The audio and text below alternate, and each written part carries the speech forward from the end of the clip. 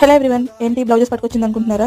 ఇవి ఒక కస్టమర్ ఇచ్చారండి నాకు బ్లౌజెస్. ఈమె అర్జెంట్గా కుట్టివ్వాలి అనేసి అందని నేను మామూలు బ్లౌజ్ కుట్టేసిన తర్వాత హెమ్మింగ్కి అలాగే హుక్స్ తాడు పెట్టి పెట్టివ్వడానికి వేరే ఆమెకి ఇచ్చాను అనమాట. ఆమె ఎలా పెట్టిందో తెలియదు కానీ వేరే కలర్ థ్రెడ్తో మాత్రం హుక్స్ తాడు పెట్టిచ్చేసిందండి. నేను చూసుకోలేదు, కస్టమర్ వస్తే బ్లౌజెస్ ఇచ్చేసి పంపించేశాను. ఆమె కూడా తీసుకెళ్ళిపోయి మళ్ళీ తీసుకొచ్చింది అనమాట వెనక్కి. తీసుకొచ్చి ఇదేంటి బ్లౌజ్ ఒక కలర్ అయితే మీరు హుక్స్ తాడు వేరే కలర్తో వేశారు, అలా ఎలా వేస్తారు, ఇవైతే విప్పేసి మళ్ళీ వేయండి అందండి.